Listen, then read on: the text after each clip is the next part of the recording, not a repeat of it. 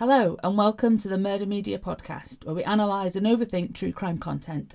I'm your host, Dr. Stella Marie Gaynor. You can follow the Murder Media project over on Instagram and Facebook at murdermedia81, that's the numbers 81, or email me directly at murdermedia81@gmail.com, and you can find all episodes linked via the WordPress site at murdermedia81.wordpress, and the Podbean site is murdermedia81.podbean.com. So thanks to Dan for pointing out to me that I should probably tell you what all the full site addresses are. So quick side note, it was Dan who got me into podcasting in the first place. We started a podcast, a horror-themed podcast during the first lockdown. It's called And Now the Podcast Starts. So if you like horror, do go and check that out. And you can find it via Spotify and iTunes. And I will link it below in the show notes as usual. How is everybody doing this week? As you know, I pre-record these, or maybe you don't know, but I do pre-record these so that it's not really intense and stressful. So as I record this, it's nearly the end of August and I'm just back from Solfest, and man alive, was it fucking windy. Oh my god, August bank holiday weekend. The weather was horrific in most places in the UK, I think, certainly in the north of the UK. So Solfest is up on Solway Firth and there was gusts around 60 miles an hour. There was actual sideways, pounding, pelting rain. I realise that I'm an English person talking about the weather, but never mind. Friends' tents blowing away in the middle of the night, so they had to bail and sleep in their car at 1 o'clock in the morning. Stage tents were completely shredded in the winds. The main stage was closed down on Sunday evening from about 4 o'clock. And there was so much mud and more mud. I got too excited on Sunday night while seeing the Dirty Moonshine Band on in one of the few remaining stages, and I thought it'd be a good idea to start a tiny mosh pit, and maybe it wasn't, so I got a fat lip for my efforts. But it was really funny though. So you know when you've got one of those weekends where it's not that everything's going wrong, but it's just all a bit disastrous. So everything's just hilarious and you end up laughing through it all. It was intense. It was a bit apocalyptic at times, but it was really funny.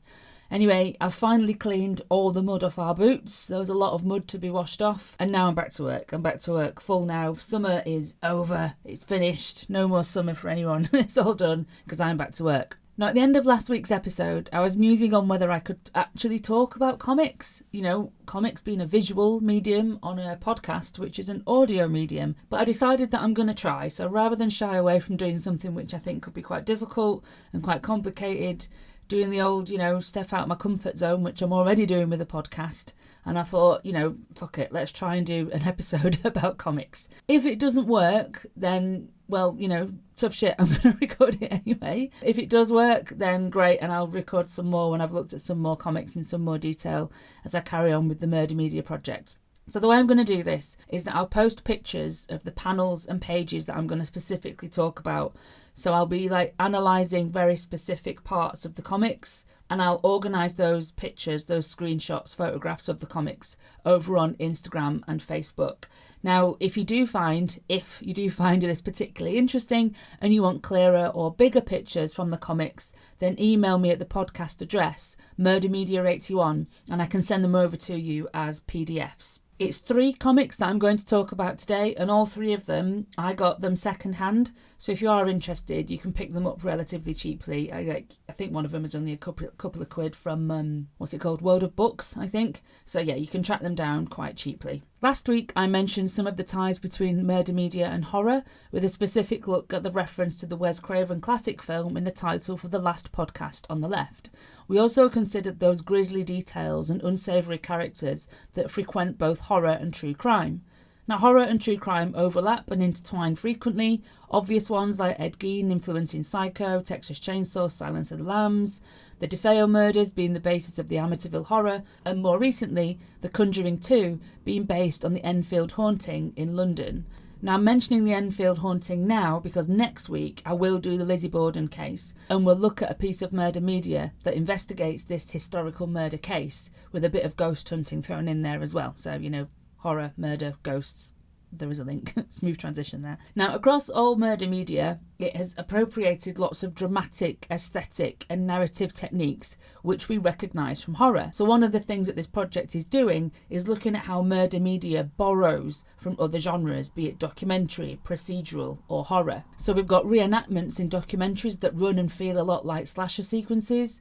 We have emotional hooks that give us someone to root for, like for instance the girl Janet in The Conjuring 2, to the copious amounts of blood, gore, chopped up bodies, high death counts and torture that we see in lots and lots of contemporary murder media. As contemporary true crime and murder media intertwines factual sources with fictionalisation, lines are blurred between what's real and what's constructed for entertainment. In this episode, we're going to begin to unpack some of the fundamental aims of the Murder Media Project.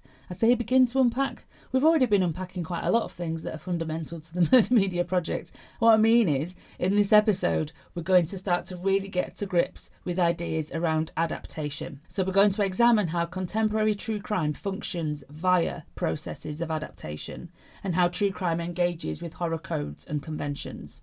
And we'll examine the medium specificities of true crime in comic form, with 3 examples: Maids by Katie Skelly, The Butcher of Paris, written by Stephanie Phillips, and Unbecoming by Una. Now I should note here, a bit of a trigger warning, that Unbecoming does deal with sexual assault.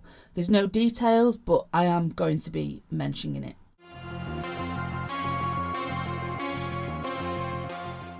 We can use theories of adaptation, or what we know about processes of adaptation, to understand murder media. Murder media are adaptations because the texts use, translate and transport other or prior sources to construct coherent narratives. The sources might be news archives, courtroom transcripts, witness testimony, evidence, crime scene photographs, confessions, police reports, the list goes on. And the process of adapting these sources shifts the medium. No longer is the story tangled in a matrix of legal documents and tabloid articles. It becomes instead a TV drama, a glossy film, a documentary, a podcast, or a comic. How factual, faithful a murder media text is to the source material problematises the exploration of murder media using the tools of adaptation. When true crime fans like myself see artistic licence being taken a little bit too strongly, I can't help but mutter or scream at the TV, well, that's not what happened, that's not right, it didn't happen that way round. And so I can't help but compare and contrast the fidelity of a true crime text to the source material. As I discussed with Shelley the other week, there are some cases that we know inside and out and upside down, and when it's not done quote unquote right, it can feel a little bit disappointing, or as Laura said, it can feel a bit grubby, a bit disrespectful. But, as Laura Mee has explored, adaptation studies have been distancing itself from fidelity as a marker of value for some time. The key then is to think about true crime and adaptation in the context of transportation, translation, appropriation and salvaging. These processes are explained by Linda Hutcheon's 2013 work, A Theory of Adaptation. Now, I am new to adaptation studies, so I'm finding it quite difficult to make my way through all this, so go easy on me here. Linda Hutcheon's book has been brilliant in helping me to understand all this stuff, so thanks, Linda. If you're listening, you're probably not, but thanks anyway. Let's have a quick definition of those terms that I've just listed before we get into applying them to my 3 chosen comics. First, considering transportation. This is where we can examine shifts in ontology, from real to fiction, fact to entertainment. The nature of the text has changed. It has been transported from one thing to another. Then salvaging. There are many true crime texts that seek to preserve stories or preserve voices or allow previously unheard voices to speak. Appropriation. Adaptations in true crime can be argued to be appropriating other people's traumas for the purpose of creating stories. This is where, for me and for Laura as well, back in episode 4, it gets a bit murky. Additionally, when texts are adapted, the point of departure of the conclusion is altered. Where the story ends can be changed. This in turn changes the emphasis of the story. If we think of, say, the ending of Conversations with the Killer, the Billy Bullshit tapes, the Ted Bundy tapes, it ends with the execution and the cheering and the posturing of those that caught and killed him. The emphasis is the heroes of the story, the authorities, the infamy of Bundy himself. But then if we think about the ending of Falling for a Killer, the emphasis is on the women, the survivors, the lesson learned. The Ted Bundy tapes adapted from the Ainsworth and Michaud book, Falling for a Killer adapted from Liz Kendall's book. Same story, different approach. Different voices and experiences are salvaged. The point of departure is different. Bundy can rot and the women and their memories can live on. so the emphasis of the story can be changed.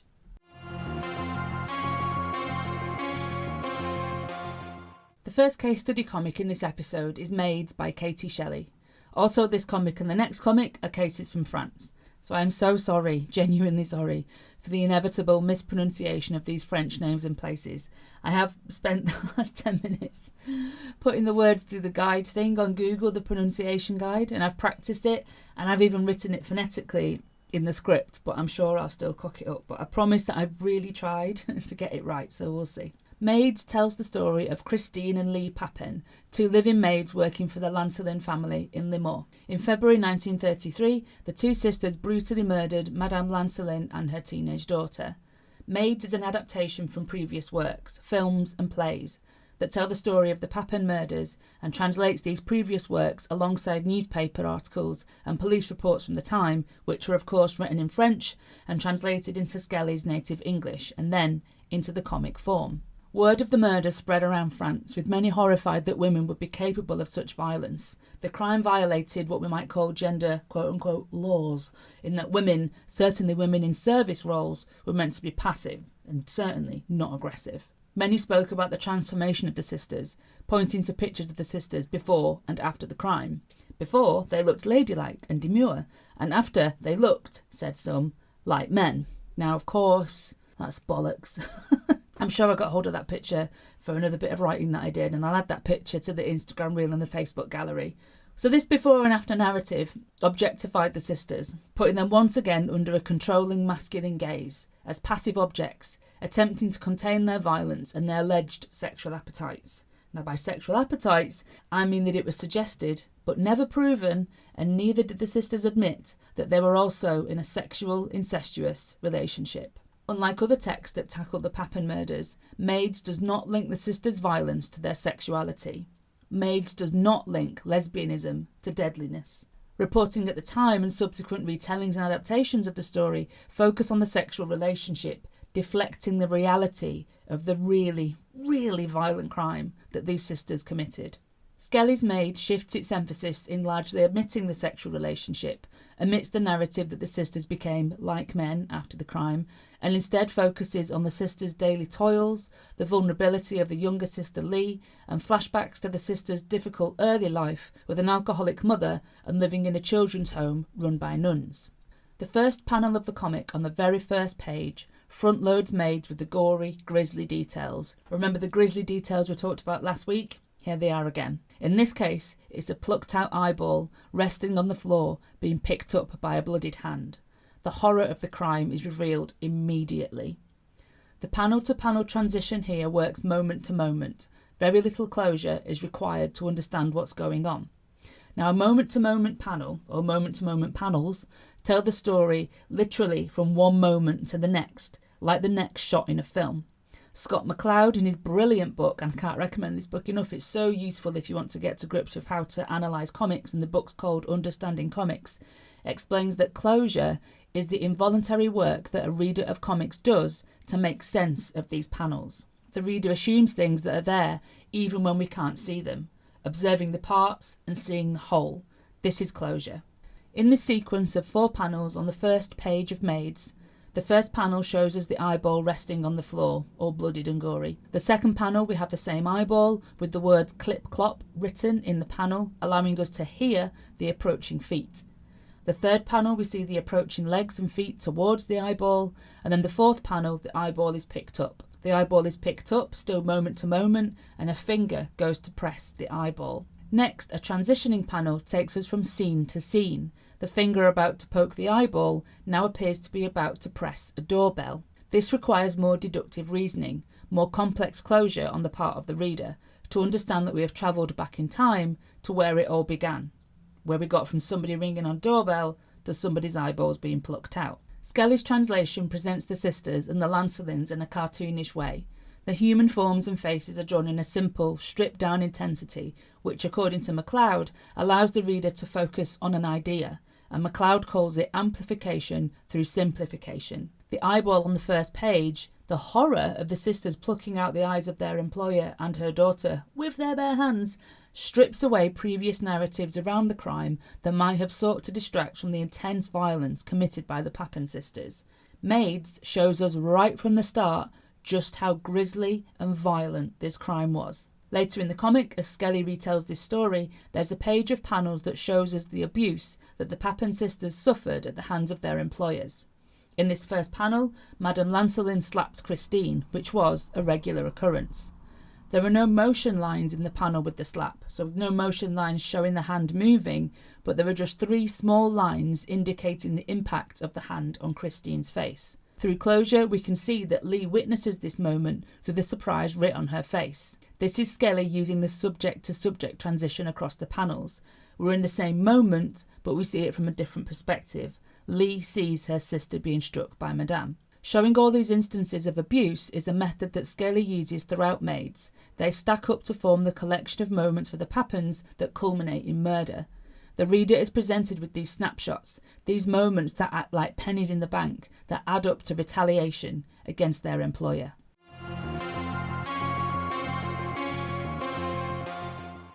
The final panels at the end of the comic detail the murder. Again, utilising the moment-to-moment panel transition alongside subject-to-subject transitions. Remember, a subject-to-subject transition, this is where the panel stays in a single scene, but it shows a different perspective as to what's going on. In this case, the use of the moment-to-moment and subject-to-subject transitions demonstrate the speed with which the murders took place. Okay, so the murders. So what's going on in the story is that the Papins have been treated awfully by the Lancelins. The Lancelins are out at some fancy party, and when they come back they go apeshit at the Papins because they forgot to iron a dress or iron a suit or some such. The Papins go to plug in the iron and it blows a fuse in the house. Madame Lancelin goes nuts, screaming and shouting, and Christine Papin loses it. The panels that details the murders runs as follows. In the first panel, Christine attacks Madame Lancelin and her first move is to pull out the eyes. I mean, why not? First move, gonna have your eyes, mate. So a moment-to-moment transition sees Madame Lancelin stricken and crawling on the floor. A subject-to-subject transition, where the panel stays in a single scene showing a different perspective or action, comes next. This transition shows us Christine raise the iron above her head. The reader deduces that through closure, while Madame is on the floor, now fucking blind, at the same time, Christine raises the iron above her head and readies to bludgeon Madame to death. Skelly does not illustrate the actual impact of the iron. She draws the iron raised, but it is the reader who lets it fall. It is the reader, through closure, who decides how hard the iron hits Madame and how many times. So remember what I said about McCloud said in his great book, Understanding Comics. The reader assumes things are there even when we can't see them. What lies between the panels? Observing the parts and seeing the whole. The next panel, a subject-to-subject transition, it's the same moment, but we've moved to the Lancelin daughter's perspective, in which she's alerted that something's going on. The written sound effect in this panel is a scream, and it's left to the reader to decide who is screaming. Is it Madame Lancelin screaming in horror as she dies, or is it Christine screaming in cold blood as she kills Madame? The reader here is participatory. We've filled in the gaps. We've inserted the rest of this moment of violence ourselves. McCloud says that crimes like this in comics are committed by the readers in their own unique style, that readers participate in these illustrated murders, choosing themselves which spot the weapon lands on the victim's head, how hard and how many times. McCloud says that to kill a character between panels is to condemn them to 1,000 deaths. Horror filmmakers have always known that participation is a powerful force. Think about all those killer point-of-view shots in slasher movies. And here we have that same convention being deployed in a true crime comic. By drawing the sisters and the Lancelins in a cartoon stripped-back style, the comic focuses the reader on the idea that these two women did indeed inflict horrible violence on their employer, and with their bare hands. It wasn't about incest and it wasn't about sexuality. It didn't matter if they morphed from proper ladies into being more like men. It was about cold-blooded murder, and that the sisters never offered any explanation for what they did. And that we as readers, that we commit the murder ourselves between panels, speaks to the participatory nature of engaging with murder media.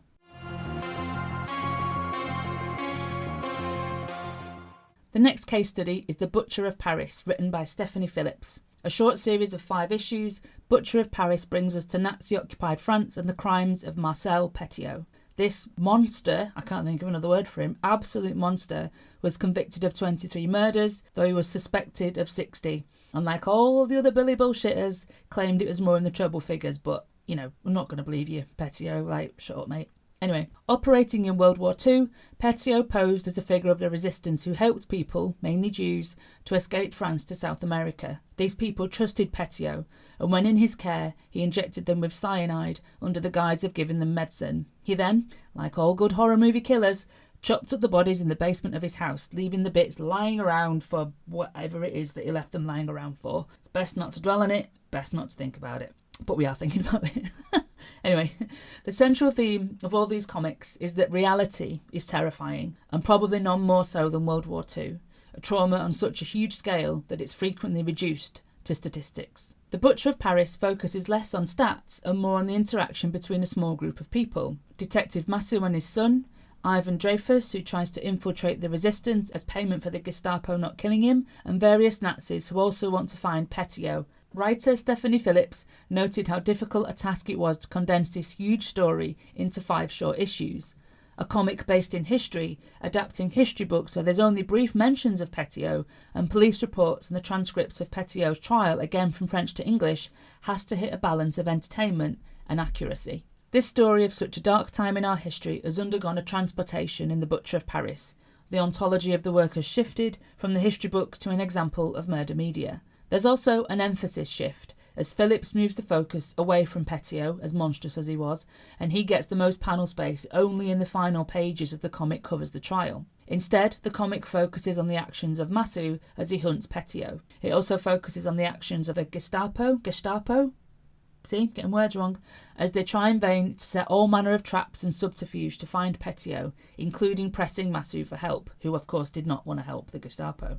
This merging of horrifying reality and entertainment collides in the drawing and colouring. Drawn by Dean Kotz and inked by Jason Wordy, the illustrations feature fraying lines and dense inking, representing a world completely falling apart. The art is dynamic, each panel hums with movement and emotion. Unlike Maids, Butcher of Paris is drawn in the realistic style. The people in Butcher of Paris are drawn in a way meant to focus the eye on them, to apply focus to what they experienced, and to give them a clear identity rather than having them as another history statistic. Again, we see moment-to-moment transitions in the panels. French police are entering the basement after the fire has gone out. So, what's happening in the story here? So Petiot's been at this for a while now, killing people and chopping them up in his basement. One day, while Petiot is out, I don't know, buying more cyanide or getting more blades for his saws, who knows, Petiot's house had a fire, and after putting it out, authorities went inside to check for bodies, survivors, to investigate why the fire started, etc. And instead, they discover the grisly basement, body parts everywhere. And we can see from the expressions drawn on the police faces that something truly horrible is down in the basement. What the police are looking at is revealed 2 pages later. A full-page composition which bleeds off the page. And it's called bleeding off the page because it's not contained in a panel. It therefore has no clues as to its duration. How long did the police and Massou stand here and stare at the carnage in front of them? Time here is no longer contained by the closed panel, according to McCloud. Instead, it escapes off into timeless space. Such imagery and composition lingers in the reader's mind, just as this scene would have lingered in the minds of those in the room. The image is undeniably horror, echoing countless slasher or torture porn films. And, look at the snapshot that I'll put on Instagram and Facebook. But we can unpick the use of the bleed of the image outside the panel or off the page and the timelessness that this infers to this comic speaking to the lessons not yet learned. In 2018, there was a shooting at a synagogue in Pittsburgh. In August 2019 in Connecticut and New York City, synagogues were vandalised with anti-Semitic graffiti. This tactic is used again and again when the comic depicts the trial. Petiot behaved in the dock like it was his stage, making jokes and singing and engaging the people who had come to watch the trial. The audience laughed at his jokes and jeered at descriptions of his crimes. In the images here again, bleed off the page. That a whole city had lost empathy for victims, had lost respect for life, is truly horrifying, and we see it play out in our modern world, with our own politicians showing a complete disregard for the lives of those who come to us, seeking safety.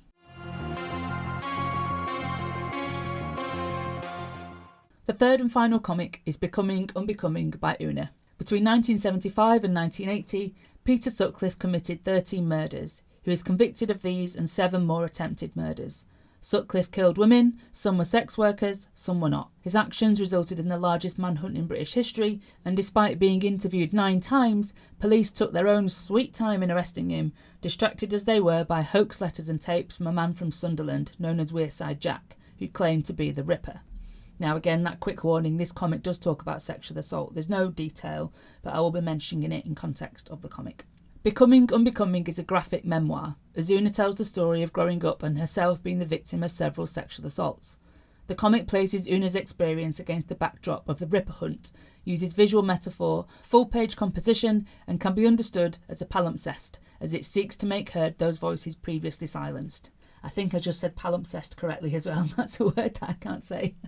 Well done me, I said it right. Unless I didn't say it right. If I didn't say it right, then shush, it doesn't matter. Becoming Unbecoming draws Una as a cartoon. The ideas are magnified, and as readers, we identify with Una. Remember McCloud, amplification through simplification. Una is depicted carrying an empty word balloon. It lays heavy on her back, and she drags it around with her. Una is weighed down by the burdens of her silence after being assaulted as a young girl, and then again in her teens. Becoming Unbecoming can be understood as palimpsest. Said it again.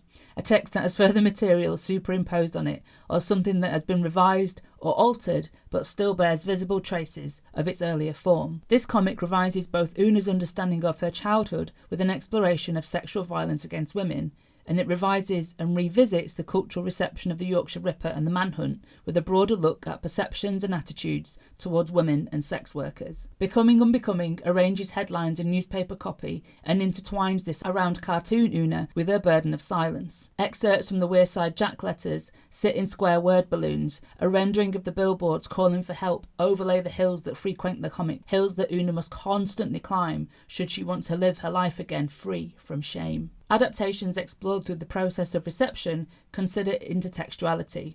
We experience adaptations as palimpsest, through our own memory of other works. In Becoming Unbecoming, Una lays out the palimpsest as she explores her personal memories of growing up, superimposing her experiences over the Ripper murders and manhunt and vice versa. The reader experiences this comic through their own memory of the hunt for the Ripper, their memory of previous true crime versions of the Yorkshire Ripper, and sadly, sometimes their own memories of sexual violence. Like the chat Laura and I had a few episodes ago, true crime, murder media, it's our story, it's everyone's story, and in that we superimpose our own experiences of the endemic violence against women onto the murder media that we consume. The point of departure in Becoming Unbecoming shifts the emphasis away from Sutcliffe. Una does not dwell on the arrest or the trial or any of the absolute horseshit that Sutcliffe claimed as to why he did what he did. Instead, Una considers the victims, and she imagines the women still alive. Becoming Unbecoming is a salvaging process, as Una salvages what she can from her traumatic past and from the trauma left in the wake of Sutcliffe's actions. Una works to bring back the women who died and gives them an identity other than quote-unquote prostitute or Ripper victim. Now in Becoming Unbecoming, in the final pages, Una dedicated a page to each of the women killed and imagines them as they might be now. Older, grey-haired, out on walks, with grandchildren or enjoying a garden. They're really, really beautiful and they're really moving and they're incredibly respectful. I'll put a few on the Facebook pages and the Insta carousel so that you can see some of them, but I cannot recommend enough Una's Becoming Unbecoming. Do pick yourself up a copy.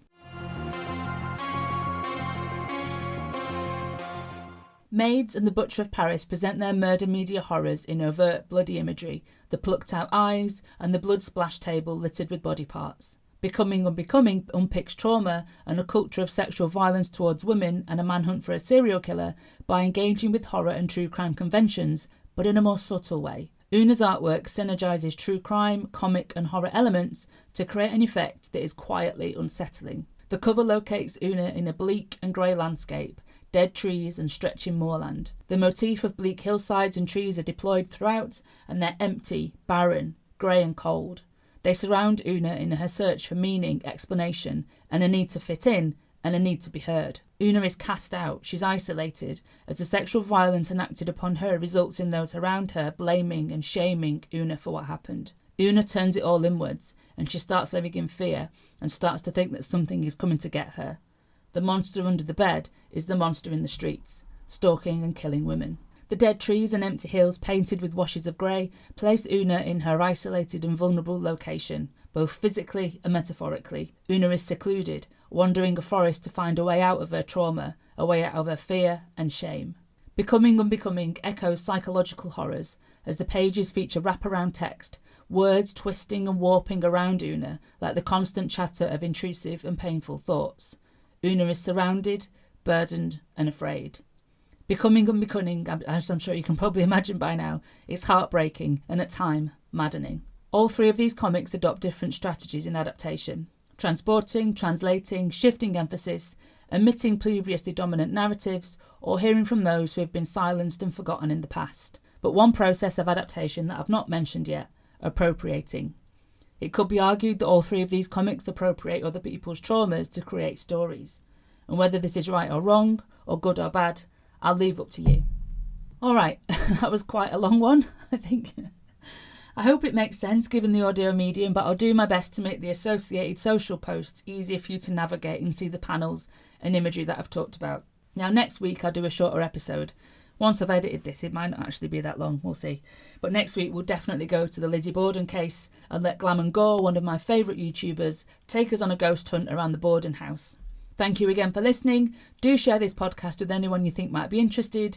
Do leave me a review, a nice one, on iTunes and Spotify. It really helps the podcast to get seen. And do chat with me over on the socials, Instagram and Facebook. I really don't like Twitter, so there's no point pretending I'm going to be there.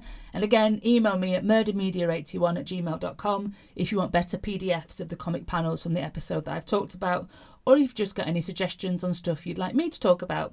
All right then, I'll see you next week. Goodbye.